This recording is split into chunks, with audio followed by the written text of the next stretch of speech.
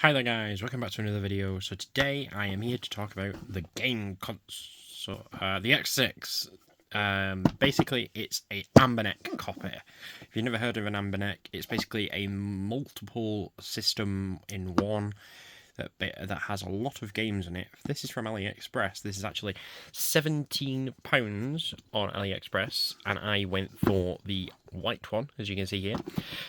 You can buy it with a controller because some people want to use this on their television screens, which I have no idea why. You can't really see the specs because of what's here, but it can have an SD card up to 64 gigs.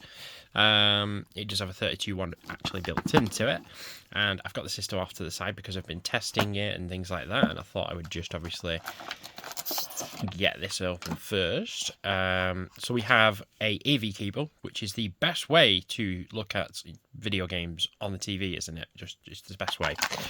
Then we've got an USB-C. USB-C is obviously a lot cheaper now because these systems are able to use it for basically nothing, and it is USB 1 just to make it even better. So let's pop this all back in here and I will show you the system, because the system isn't that bad for the price, you know, when you start to consider the price. Here it is. This is the design. It's a very boxy design. Just in case you're wondering what this is, there was a little tab here that gave the initial impression that there was a screen protector on here. There is absolutely no screen protector at all. These are Joy-Con thumbsticks, so there's no click in on either side, but they're Joy-Con thumbsticks 100%, as you can tell by the crosshairs. So they do work fantastically. This D-pad, you can just press it all in at once, but it's still kind of usable for, you know, the retro games that are mainly on here. These buttons, I don't know if you can hear the rattling, are not fantastic, as you can see by the rattle that I do there. But when you actually play in, it doesn't really matter. Then you've obviously got the main three buttons here, like your menu, your start select, and your shoulder buttons, which are right here. It comes with three here, so left and right, and all around the side you have your SD card at the side, your volume rocker there. On top you have your USB-C power, your AV out, which I think you can actually use that as a headphone jack as well, and that is for your controller port there on the right. Then you have your power on at the top and your reset button at the bottom there, and then pretty much nothing else all the way around. And that's pretty much how it looks on the outside. So I'm going to turn it on. Now, what I would say, there is already a lot of ROMs on here, but there's a lot of ROMs that are missing, like all of the Pokemon games and all of Super Mario games.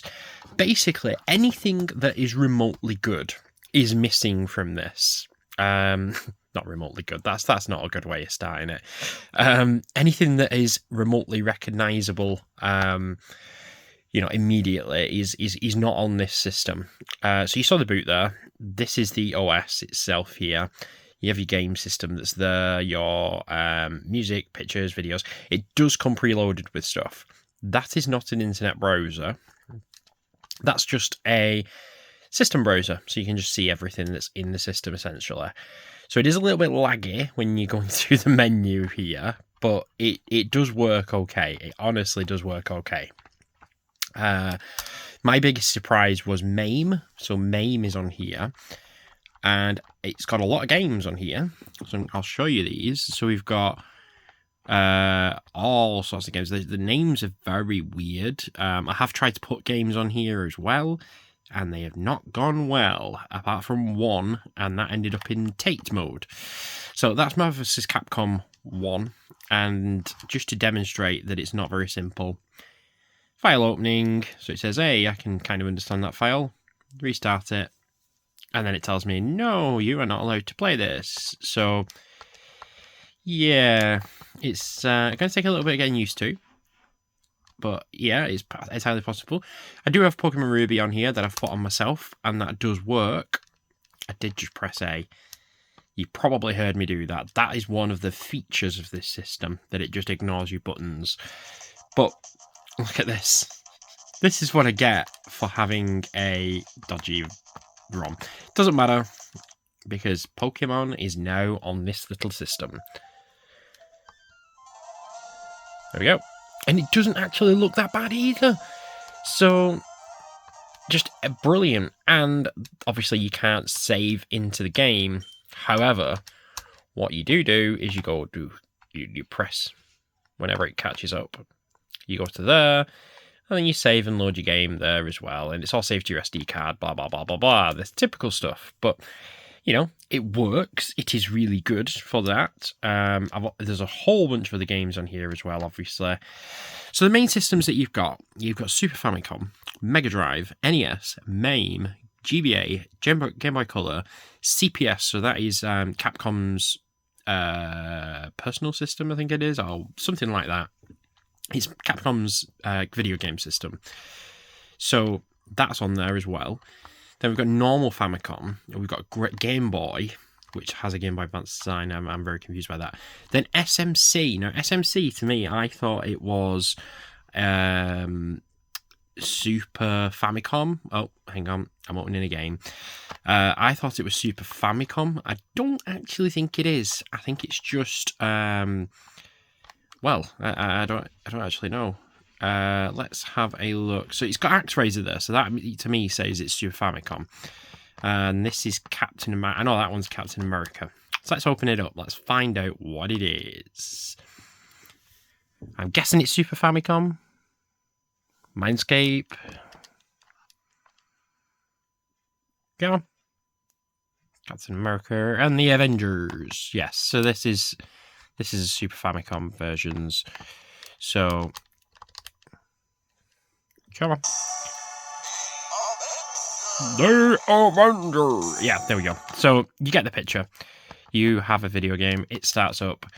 Now, the only one that has a bit of an issue for me is 3D based games, because this system is clearly done on a severe budget. Oh, and the bottom one is obviously Super Mega Drive. Or it's meant to be Super Mega Drive, but it's not, because your Super Mega Drive games are somewhere else. Yeah, it's all a bit weird. So they're kind of mixed in with the SMC. So Sonic and things like that are in here with Ease and everything along those lines. So they're really, really mixed in. So I don't know if that's actually meant to be Super Mega Drive and the other one's meant to be Super Master System. I really don't know. Anyway, the MAME stuff, like I say, seems to work really, really well on this system. If I just show you, we'll go for Dino, which is, I think it's...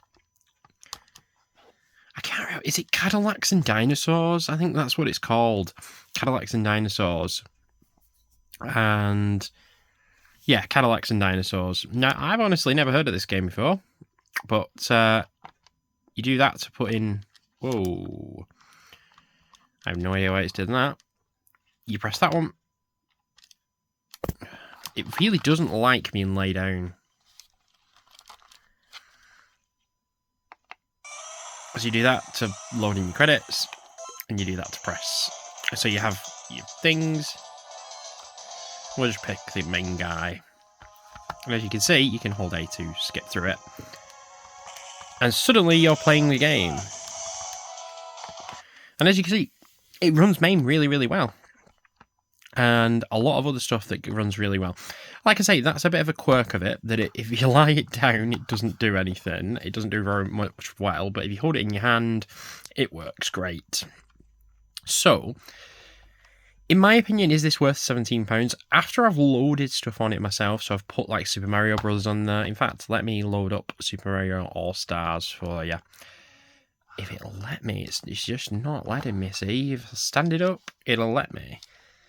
It's almost like the buttons don't line up when it's laid down.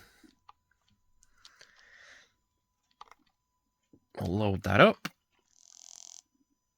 The little squeaking them. But there we go, we'll have that on in the background. So, once I've loaded on my own stuff, it's actually really good for what's here. It has its quirks, as you can hear from the music. Yeah, it has quirks. So, the X6 itself it's still really good quality for it, for the price range, because it's what, £17, like I say, and you're not going to find something of this price realistically. That's the long and short of it. You're not going to find something of this price range for anything better than this. And look at this. Like, I'm playing a Super Nintendo game on a handheld that cost me £17, where some people would pay £60 to £100 for something a very similar stature to this. Can it run N64 games? Absolutely not. Can it run anything beyond, like, I don't know, a PlayStation, like anything beyond the Super Famicom and Super Mega Drive? Absolutely not. But it can run Game Boy Advance games. It can run MAME games, which MAME games are a little bit finicky when it comes to adding them to the system. So I mean, I am going to work that out. But the fact that it can run MAME games means that it will be able to run other stuff very similar. So that opens things up massively for the system for me. It is literally, I've seen the board inside on a different video, and it is just an entire system on one board, which I think is really interesting. The fact that they can get away with that. But it's really cool, this system, and I'm really glad I got it for £17. It's dirty cheap for what it is. I saw a video of someone else's doing this, and I thought it wasn't great.